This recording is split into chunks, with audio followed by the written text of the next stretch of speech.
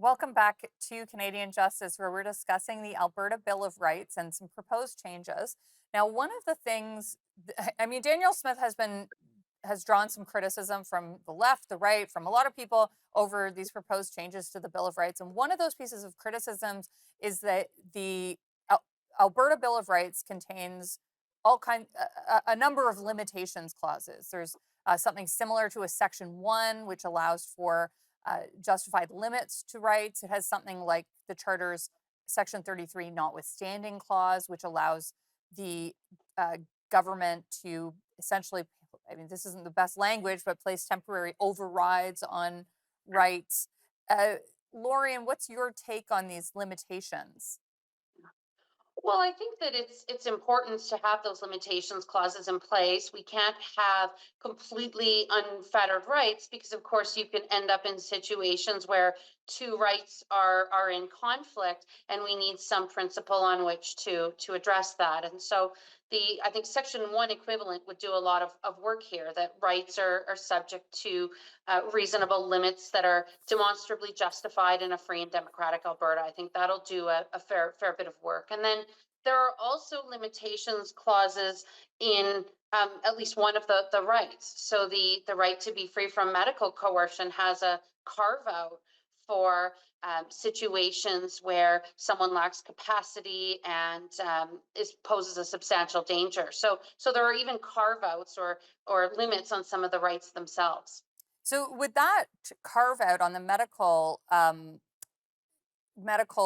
protections, would that apply to things like involuntary medical treatment when a person is suffering from a disease or something like an addiction? These are really hot button issues right now. I know there's Yes. legislation in other parts of the country that deal with involuntary medical treatment for people with serious mental diseases and addictions. Would that is that carve out designed to apply to those situations? Yeah, it's really designed to apply to two pieces of legislation. One is the existing Mental Health Act, which was the subject of a charter challenge not that many years ago. And then the other is the government has said they're going to introduce so-called compassionate care legislation that would allow for the compelled treatment of individuals suffering from addictions. And so we might actually see some interesting litigation about whether the government's new compassionate care legislation is consistent with its new Bill of Rights. Lori, anything you want to add to that or to the limitations clauses in the Bill of Rights?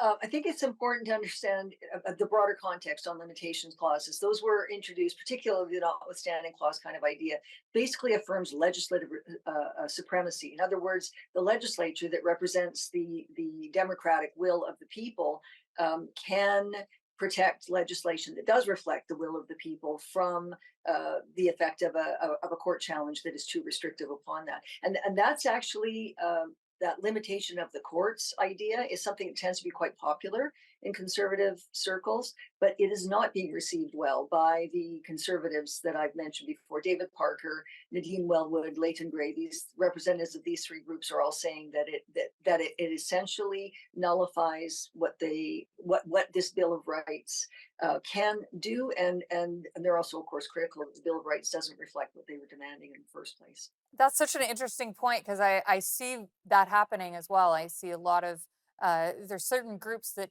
might cheer on the use of the notwithstanding clause federally, but now provincially are critical of its inclusion in the Bill of Rights. I hadn't thought of that. That's really interesting.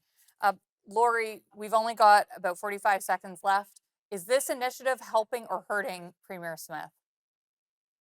It's probably hurting her, but based on the reaction that I've seen so far. So we know that there are regularly scheduled leadership reviews for leaders in the Conservative Party, but there are those that can be forced either by the board of directors or by Mhm, a certain number of constituency associations. So the pressure on Daniel mhm, Smith's leadership, the criticism from those to the further right and those that are more moderate, those will continue. And I think it's a mhm. ripe opportunity for either others who want to take her Right, place within the party right. or opposition leaders to take advantage of this. Fascinating. Lori and Lori, thank you both so much for joining today.